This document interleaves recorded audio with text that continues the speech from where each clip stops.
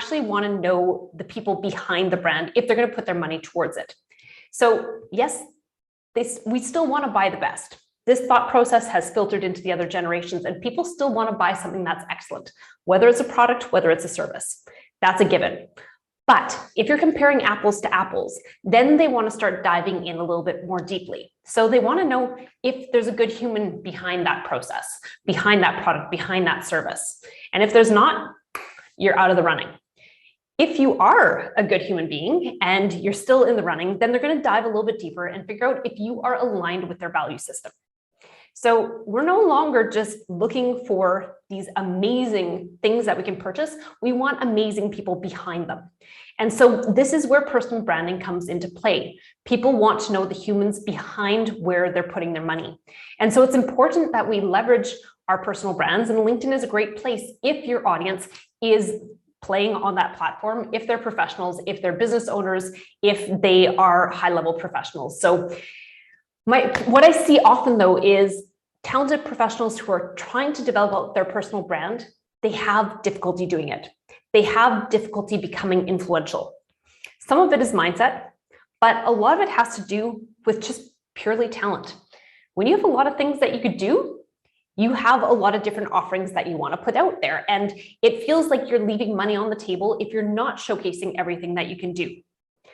But that's confusing to your marketplace. People like to be able to put you in a little box and go, oh, yeah, this is what he or she does. This is what they can do for me, and I understand it.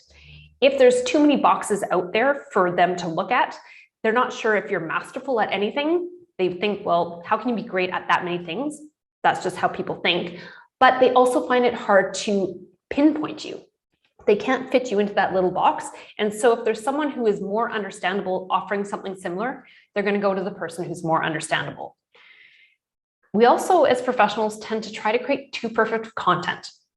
Yeah, we're professionals. We have this pedestal that we want to be on, and we think that people put us on it, but it's actually more us putting us on that pedestal of trying to be perfect, of not trying to make a mistake, especially when we are doing something online, because once it's online, it feels like it's going to be there forever. But perfection is not relatable. Perfection doesn't show the human side of you. It makes you actually not trustworthy because no one is perfect all the time. And so that really hurts us being able to create influential brands. And then oftentimes we're also too in the weeds, right? We go to school, we learn all this amazing jargon that we have to use to be able to pass our exams, to be able to talk to our professors, to be able to speak to our colleagues. And then we try and take that jargon and put it out on our content, and it goes over people's heads. And it makes them feel a little bit stupid. No one likes to feel stupid. So we need to actually get down to the level of our potential clients. Step off that pedestal and get your feet on the ground and start showing that you're one of them. There is no superhero sign underneath this shirt. People are not looking for superheroes. They're looking for humans they can relate to. So that means we have to show a little bit of vulnerability, personality, and passion. These are things, professionals, we were not raised, especially my generation and older, we were not raised to show this stuff. We were told in school, you need to be a professional. And so it puts this albatross around your neck that you have to be something that you're maybe not in your day-to-day life. And that's a lot of pressure. That puts us into the position where we start thinking that we have to be perfect. And perfect doesn't work. And it's uncomfortable. Stepping off the pedestal of perfection, oh my gosh, it is so uncomfortable. Because if someone doesn't like the facade of perfection that we have out there, it's out there from us. It doesn't hurt us bad. But if we drop that facade and they see the real us and they don't like it, it's like a dagger in the heart. But if you are leaning into who you really are, you're showing the human, you're showing the values that you have, you're going to polarize your audience. You're going to have people who love you, and you're going to have people who hate you. And the hate can feel awful, especially if it's the real you that's out there. But if you are trying to be perfect and walk that line of being likable to everybody, then you're probably being a certain way in this audience, and a certain way with these clients, and a certain way in this environment. And if someone witnesses you in an environment that they haven't already met you in, and you're not being the same person, trust is out the window.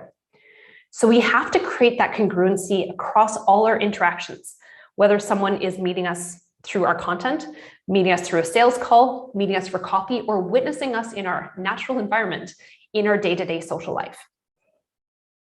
And when you are able to lean into exactly who you are, that becomes easy. But there is that fear of taking that facade of perfection and letting it break down, because then anything that they don't like comes right to who we are.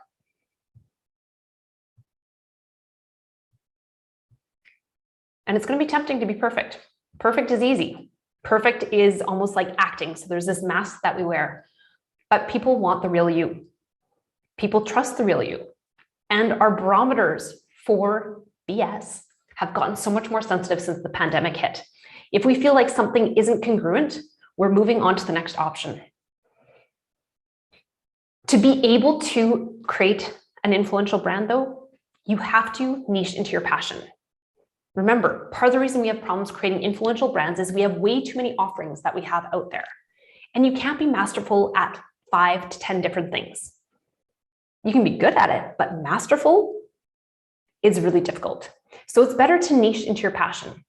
Start burning down the things that you don't love doing, that you're not amazing at. Doesn't mean you're ever not going to touch those, but when you're putting forth on your platform what you are really good at, you have to show what you are most masterful at. And the more you highlight that, the more you're going to attract those right people who want that skill that you want to offer. You also need to stop fitting into your industry's box. Yes, if you are a registered professional, you have this box that your governing body says you have to stay within. Don't buck the rules, okay? But there's always options to color outside the lines a little bit so that you find your flavor in the industry. So don't try to walk the line, stick your head a little bit above water, but don't get your head shut off by your governing body. And you also need to show what you stand for. Your values are important. That's what's going to make you relatable. That's what's going to help someone to recognize, oh, that person is like me. I like that person. Or they're going to go, I don't like that person at all. So you're going to push away the people who are not going to be a great fit for your client base. And you're going to attract the people who are, which is going to make your day-to-day so much more pleasant. So part of how we have to humanize our brands is actually telling our brand story. And Robert is going to go into more of this, but there's 3 questions I want you to look at that are going to help you to define your about section on your LinkedIn profile. Your about section is not a cover letter for your resume. It is the human side of your LinkedIn profile. So I want you to ask yourself, why are you still on this path that you're on today? We've been through chaos. And if you have stuck it out in your industry, why is that? We've been through chaos. And if you have decided to pivot out of your industry, why is that?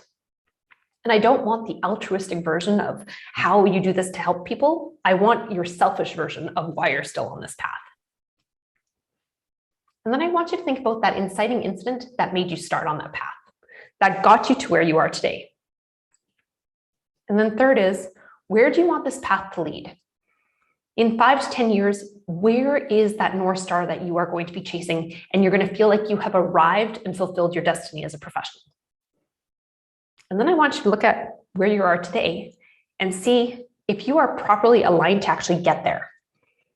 Oftentimes what I find is when clients come to me and I ask where they want to go versus where they are today, they realize they are not set up at all to get to where they want to go. And so a pivot has to happen.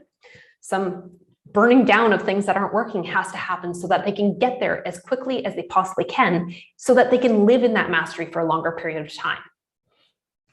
And the story that you're going to create from those 3 questions is what you're going to tell in your about section. You want to take people down the rabbit hole of why you do what you do that gives you fulfillment, that makes you feel passionate about going to work every day and working with the clients that you work with. The lovely thing is your story makes you memorable. A list of accolades, numbers, stats is not memorable. The human side of what you do and why you do it is. It also makes you remarkable because no one else is going to have that same story. And it makes you relatable, especially if you can tell the ups and downs of where you've been. And relatability grows influence.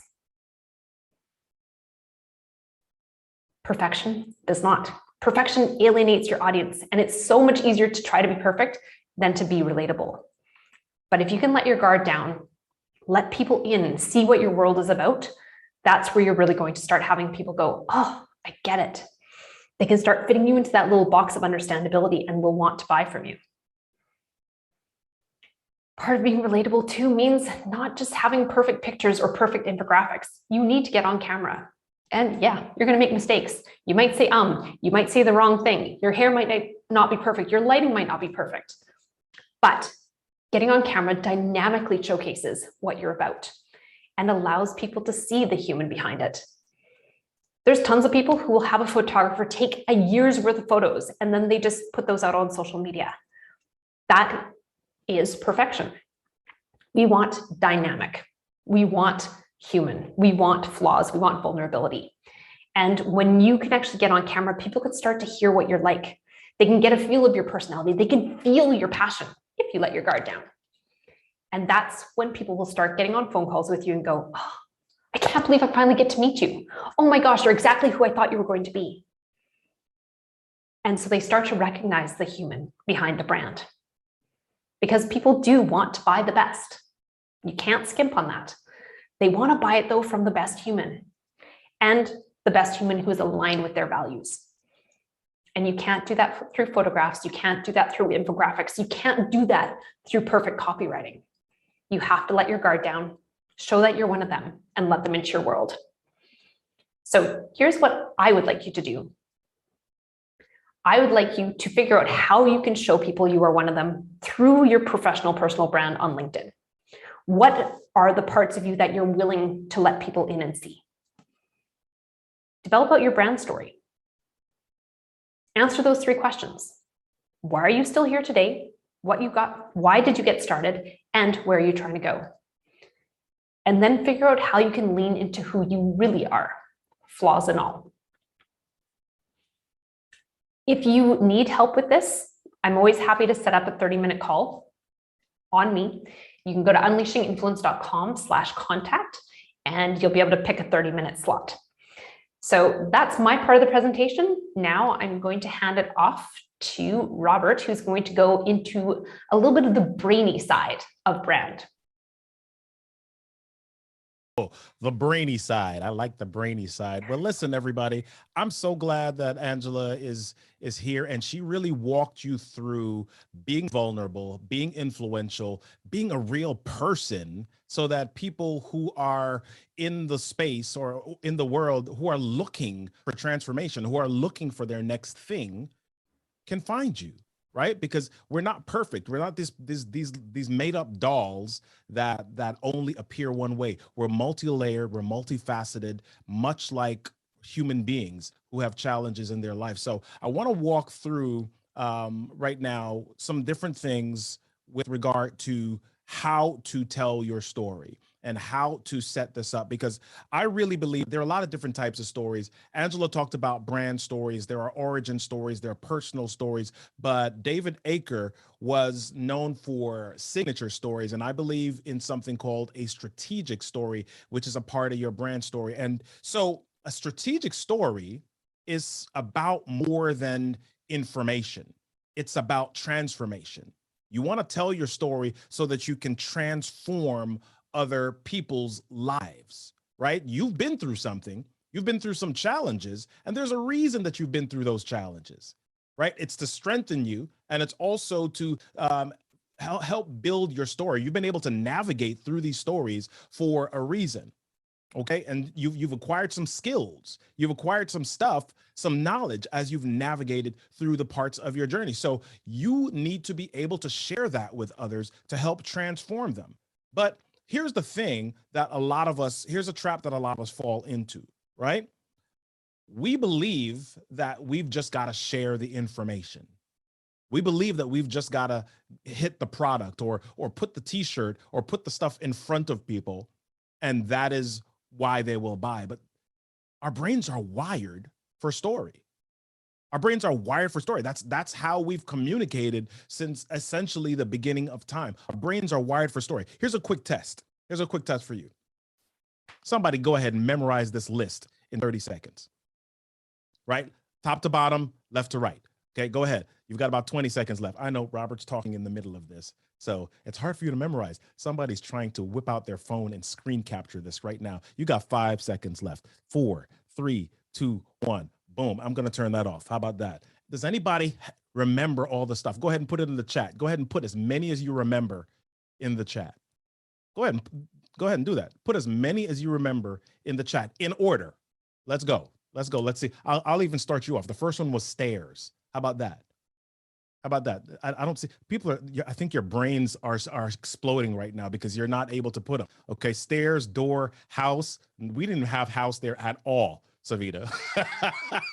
Anybody else? Go ahead. Stairs, door, house. Somebody said Zoho. That's way down the list. You captured that one. Button says Dr. Angela. But Google. Yeah, we got a bunch of stuff here. Listen, let me share this with you. Let me show you how our brain works. Every morning I get up and I go down the stairs and I open the door to my office. I sit in my chair and I click the button that wakes up my computer. I click one of the keys and I shake the mouse and that causes the computer to wake up. I open up my browser. Brave is the browser that I use, and I check my Gmail. I click the plus button and that helps me to compose an email. And I do this. I send emails for about 10 minutes. And then after that, I go into my Zoho and I check for opportunities. I do this for a little while and then I take a break. Would you remember that? Somebody's smiling, right? Would you remember that? Now you remember that because I've attached a story to the words. If I were to ask you about all of these words in this list, again, you would have a much better shot of remembering all of them because we have told a story. And this is important because we expect people to remember information about us, our product, our process, our program, our business, but we have not always told them the story. So I want you to think about your LinkedIn profile. What is the story that your LinkedIn profile is telling?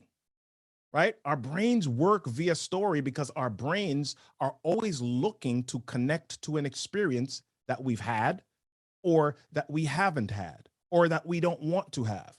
Our brains are looking to connect to an experience. And so why not leverage that in our LinkedIn profile, right? So what's the question that you ask? What is the thing that you do to help people get connected to you? There are a lot of different ways to do it. If you're a speaker like I am, one of the things that I tell people to do is you want to get the audience's attention immediately. You want to get the audience's attention within the first 5 or 6 seconds. How do you do that? Well, let me give you a cheat code really quickly.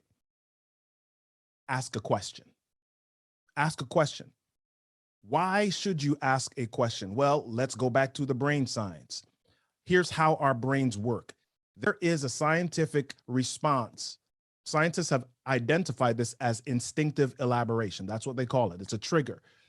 Literally, whenever you ask a question, the brain cannot help but answer that question. When you ask a question, the mind literally flips through its Rolodex of experiences and tries to figure out, is that true? Does it apply to me? Does it relate? Have I been there? Have I seen this? Have I experienced that? Instinctive elaboration is the scientific word for this, but we really just refer to it as connection. How do I connect with people? One of the easiest ways to do that, a cheat code I call it, is to ask a question. So as a matter of fact, I've got something for you. Okay, I'm not going to put this in the chat, but if you want a document, there's a cheat sheet that I have. If you want this download, go ahead and text the word 21 questions, just like it's there on the screen, to 410-936-4049, and I'll immediately send you a download that you can use as a cheat sheet for your presentations. You want to figure out what types of questions you can ask to really engage your audience immediately. Here's a cheat sheet. You don't have to overthink it. You don't have to think about it. Here's your cheat sheet for that. If you know how to work a QR code, go ahead and scan that QR code that's in the top left, because this is a powerful way to engage and connect with your audience. So if you're doing this on your LinkedIn profile, does your LinkedIn profile immediately engage people's brains? Does it? Well, listen, go ahead and download this. And this is recorded as well. So if you want to check out the replay, let us know a little bit later on. I'm going to move forward here, but I want you to really think about how you can engage people's brains. And I want to share with you this framework really quickly. As you think about your LinkedIn profile, Angela said, yes, you got to tell a brand story, and she's giving you some questions to think about. But I'm going to go just a bit further. Every story, good stories, have several elements, right? They've got several elements that are important to the story. And this is how I've broken it down. Every good story has context, characters, conflict, and conclusion, right? Context, characters, conflict, and conclusion. Now, how do you get people to the context, the conflict, and the conclusion? Well, you've got to get their attention first. And this is what is known as a hook. Every YouTube video that you've seen, every commercial, every story, every good movie, every trailer has a hook. What is the thing right at the beginning that is going to grab their attention? Have you ever felt this way? Imagine a world where, okay, there's a reason, there's power behind those statements and those questions. Is your LinkedIn profile telling the story? Are you drawing people in to who you are, what you care about, what you do, and how you connect with their world? Right? And so I want you to think about this, and I'm going to go through this really quickly. I'm just kind of browsing through this, but if you want to get a little bit deeper into this, I'm glad to share with you some time as well. Okay. I'm going to give you a link in just a little bit if you want to book some time with me to go through this story framework. But if you got your hook, then you speak about what's happening in the world of your audience. And then what are they struggling with? And that's your conflict. Okay. And then up there, I've got something known as a catalyst. What is it that you expect them to do? And then how will you help them solve the problem? And then you end with a call to action. Always have a call to action. I think Dr. Angela mentioned this, but a lot of times we think our LinkedIn profile is simply a resume. It's a resume, but what do you want them to do with the information on there? At the bottom of your LinkedIn summary, what is it? What's the next step? How can they get in touch with you? What's the next action that you want them to take? You've got to take them through a story. Okay. So you use a hook to grab your audience's attention. And then you find out, or you speak to the conflict that your audience has, or the struggle that they're having. And then you have a catalyst, which then says, because I experienced this, I did this, or I need to do this, or you need to do this, or we need to do this. And then you show them how to do that thing. Okay, so this is next, what I call the H5C framework, next level storytelling, but we can really walk through this, and it's a powerful tool that is going to help you figure out, it's going to help you engage more powerfully and connect with your audience. Your profile should tell the story of your intended audience. What's your audience feeling? What are they experiencing? Your profile is not just a resume. It's an opportunity to connect on an emotional level, because people make decisions based on emotions. Yes, facts, yes, figures, yes, statistics, yes, data, but all things considered, at the end of the day, they're going to choose based on emotion. So does your story connect to an emotion that your audience is feeling? So here's what I would like to do. If you want to go a little bit deeper into how to break down your story so that it interests and connects with people, then you can go to www.rk3.live/BP30 special. BP30 stands for Brain Power Half Hour, Brain Power 30. So I'm going to put that link in the chat for you. And I want to leave a few moments for questions, any questions that people have. And I'm going to leave this in the chat. So hopefully that was a beneficial statement or a helpful moment for everybody. Listen, I know that you have challenges. I know that you have issues. I know that you have struggles. We all do. We're human beings. And that is why we are best positioned to help other people who have the same or similar struggles and challenges. We can do that through our business. We can do that through our job. But we're here to talk about LinkedIn, and the place and the way that you get people to connect with who you are is by sharing your story. And you can do that to create greater visibility on LinkedIn as well. So Angela, I'm going to invite you back up here so that we can tag team and get some questions answered if people have any questions that they want to put in the chat. All right. Great presentation, Robert. Not seeing any specific questions in here, but we have 2 minutes left before we wrap and let you guys get back with your workday. So if you want to pop them in quickly, we'll get them addressed and then we'll head out to our respective jobs. Yeah.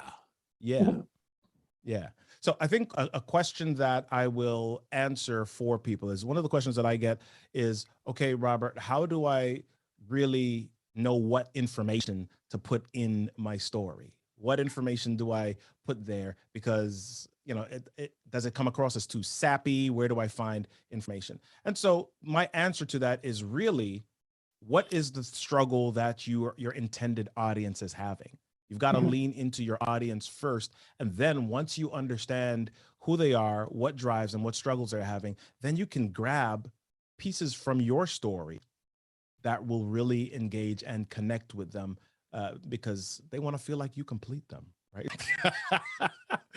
Right. So Vita asked a really good question here. Is it possible to get too personal? And I'll give you my opinion on that. You can get too personal, especially if it's an overshare that's not related to your brand at all. Yeah. If it's a personal share that's vulnerable, but it helps to strengthen your brand or showcase why you are the right person, then that's perfect. But if it's just sharing for the sake of attention, or, you know, you just need to get it out there to the world, but it doesn't actually relate to what you're trying to move forward to reach that North Star that you're going after, that's when it gets into that weird position of being too personal. Yeah. You don't want to just blurt out, "Oh, gee, I had surgery last week," and you're trying to sell sneakers. Yeah. And we're seeing that a lot on LinkedIn. Some, like, people are saying LinkedIn is starting to become Facebook because people are putting this hyper personal stuff that is not related to their work. It's not related to their brand. So my suggestion is, like, before you hit post, make sure you've created a metaphor that relates to your brand if it is that hyper personal thing, or it is 100% related to your brand with what you're posting. Yeah, I love that. And I think what I want to share with people is, don't tell a story just for the sake of the story. Yes. Make sure that your story is connected to a need that your audience has. And the purpose of the story is to really create that bridge, that emotional connection, to show them how you were able to navigate, or what you used, what product, what program, what process you used to be able to navigate the challenge, or that you've experienced yourself, or that you've seen someone else navigate through using that process. Perfect. I don't see any other ones in here, and we are at our time. So we will call it a day here. Thank you everyone for coming out. If you have questions, you know how to reach both of us. You can find us on LinkedIn as well, and we will send you a recording of this so that you have it for reference if there's anything that you want to review. Fantastic. Look forward to seeing you all on the next one. All right. Reach out to us. You can go, Angela, is your link in the chat again? Okay. Yep. Your link is in the chat. You can contact her through unleashinginfluence.com/contact. Where's mine? Too many dark things. Yours? All right. There it is, mine. There's mine. Okay. So I'm going to put mine in the chat again so that people can grab that. And then I'm going to put Angela's. Actually, I'm going to put can I put your link tree in the chat? Yeah, that's totally fine. Okay. I'm going to put Angela's link tree. Contact Angela here. It would help if I could spell your name properly. I was putting Agnella. It doesn't work. You're like, oh, come on, Robert. Okay, there we go. You can contact Angela there, and you can book a special discovery session with her. And you can also book a 30-minute special story session with me by going to rk3.live/BP30 special. All right.